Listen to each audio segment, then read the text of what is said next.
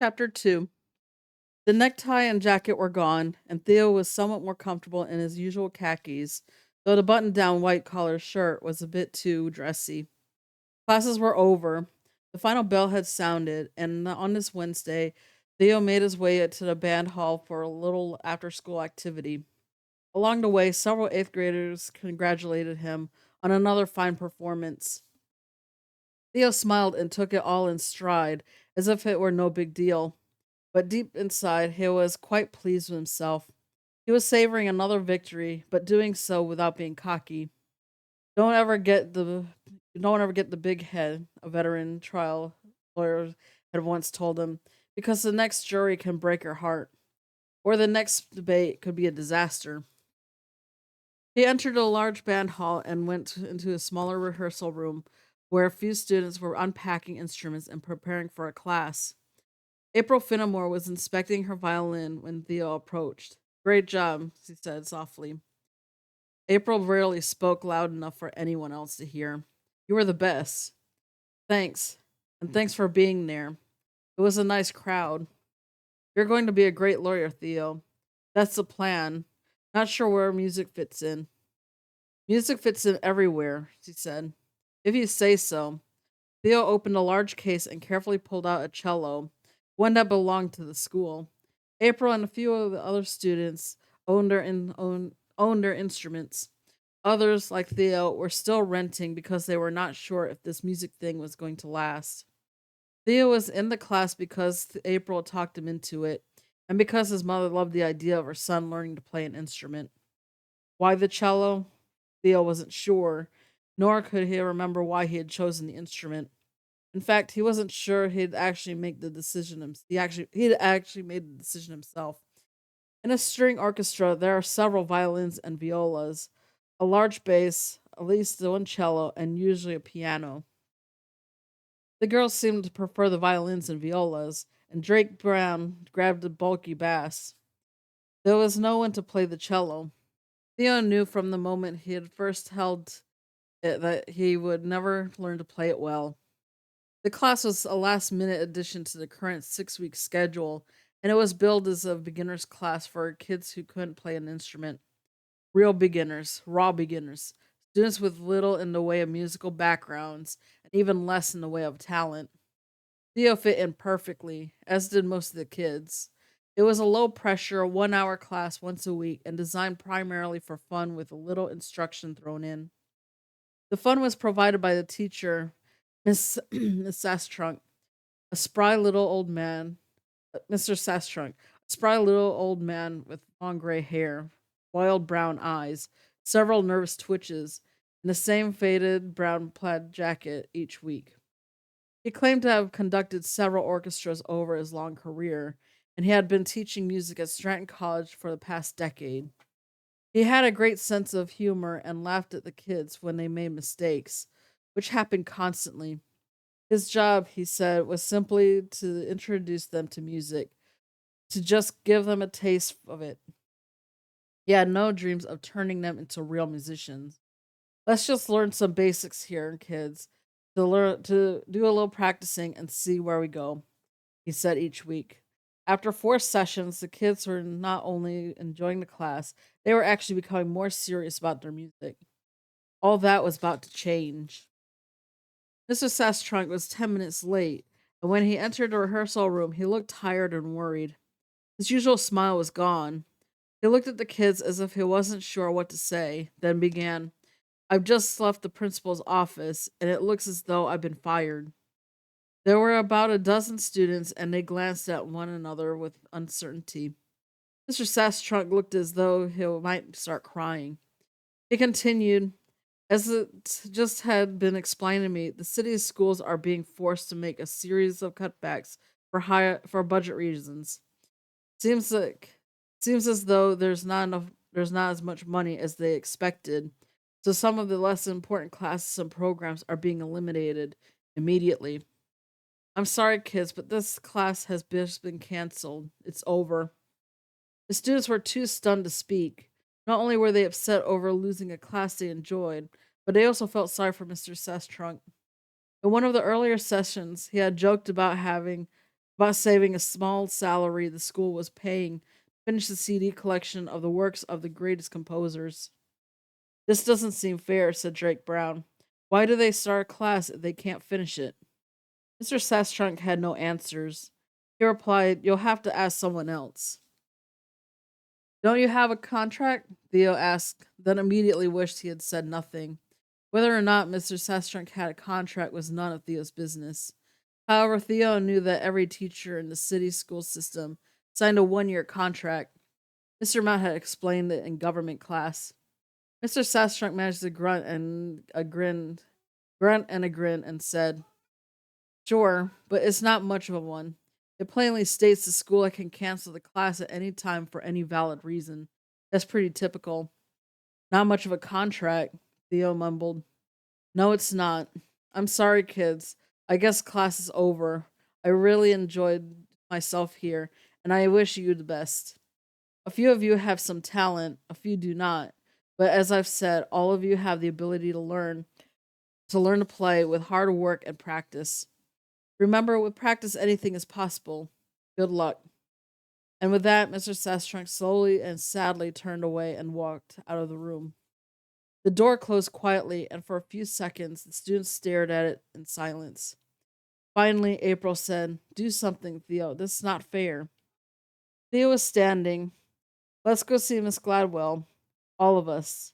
We'll take over her office, and we won't leave until she meets with us. Great idea. They followed Theo from the room and marched as a group of out of the band hall, across the foyer, outside through a courtyard, into the main building, down a long hallway, and finally into the central lobby where the principal's office was located near the doors of the school's front entrance. They marched inside and stopped at the desk of Miss Gloria, school secretary. One of her many jobs was to guard the door that led to Miss Gladwell's inner office. Theo knew Miss Gloria well, and he had once given her advice when her brother got caught driving while drunk. Good afternoon, Miss Gloria said as he peeked over the reading glasses on the tip of her nose. She had been typing away and seemed a bit irritated by the fact that suddenly a dozen angry eighth graders were in front of her desk. Hi, Miss Gloria, Theo said without a smile. We'd like to see Miss Gladwell. What's the problem?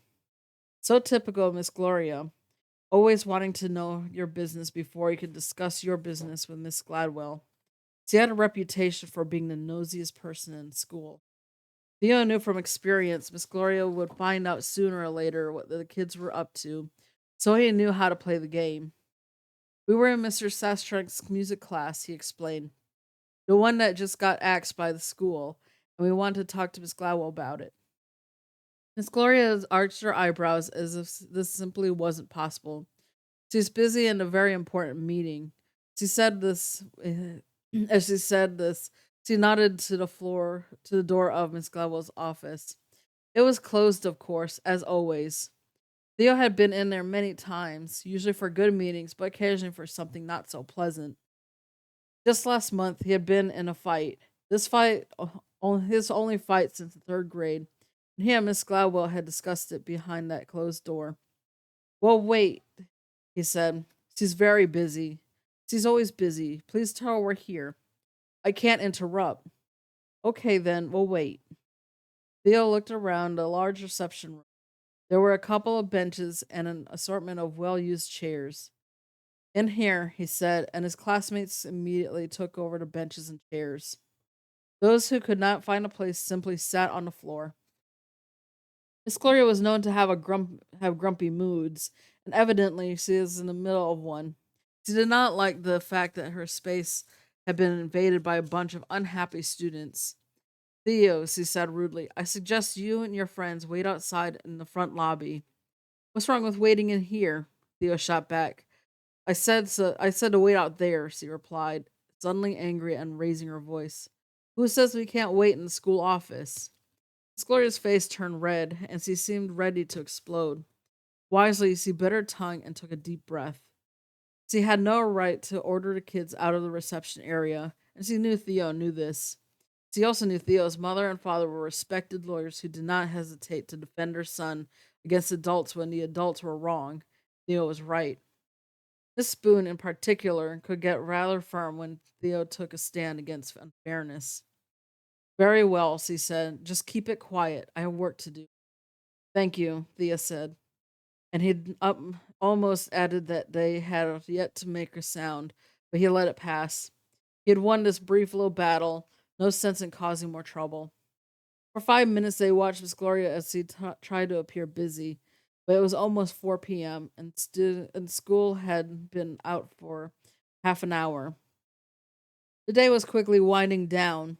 A few minutes later, the door to Miss Gladwell's office opened, and two young parents stepped out. They barely glanced at Theo and his gang, and as they hurried away, obviously not happy about the meeting. Miss Gladwell stepped into the reception area, saw the crowd, and said, "Theo, nice job today at the debate." "Thank you. What's going on here?" "Well, Miss Gladwell, this is what's left of Mr. Sastrunk's music class, and we'd like to know why the class had been canceled." She sighed and smiled, then patiently said, "Can't say I'm really surprised. Please step inside." The students filed into her office, with Theo bringing up the rear. As he closed the door, he couldn't help but flash a nasty grin at Miss Gloria, who was watching. To her credit, she returned the smile. Inside, the students all stood in front of Miss Gladwell's desk. There were only 3 chairs for guests, and no one was bold enough to sit down. Miss Gladwell understood this. "Thank you for stopping by, kids, and I'm very sorry about the music class," she said as he picked up a report of some kind. "This is a memo I received this morning from the main office of the city school administration. It came directly from Mr. Otis McCord, the superintendent, the number one man, and my boss. The school board met last night in a special meeting to address the rather urgent budget problems. It seems as though the Strattonburg City school system will receive about $1 million less than what had been promised from the city, the county, and the state. All three contribute to the school's budget. For several reasons, the funding has been reduced, so cuts have to be made. Throughout the city, part-time teachers are being laid off. Field trips are being canceled. After-school programs such as Mr. Sastrunk's music class are being cut. And the list goes on and on. It's very unpleasant, but I have no control over it." Miss Gladwell had a wonderful way of making things clear. The kids absorbed every word as it became obvious that there was nothing they could do. "What happened to the funding?" Theo asked. "That's a difficult question. Some people blame it on the recession and tough economic times. Tax collections are down, then so there's not much money to go around. Other people claim the school system wastes too much money, especially at the home office. I really don't know. My job is to follow orders. In addition to this music class, I have to eliminate one janitor, 2 cafeteria workers, 4 part-time coaches, as well as 6 other after-school classes. And I've just told Mr. Pierce that his 7th grade science class cannot take the annual trip to the Russenburg nuclear plant." "That's awful," Susan said. "That's a great trip." I know. Mr. Pierce had been doing it for years. It doesn't seem fair to give a guy a contract, a promise, then yank it away in the middle of a course," Theo said. "No, it doesn't seem fair, Theo, but I'm not in charge of contracts. There is a lawyer in the home office who handles these things." Several of the students looked at each other as reality settled in. Miss Gladwell said, "I'm very sorry. I wish there was something I could do, but it's out of my hands. I'm sure Mr. McCord and the school board will hear a lot of complaints, and you're free to join in." After a long pause, she said, "Now, if there's nothing else, I have a meeting to attend." "Thanks for listening, Miss Gladwell," Theo said. "That's my job." Defeated, the students filed somberly out of the office. That's the end of chapter 2.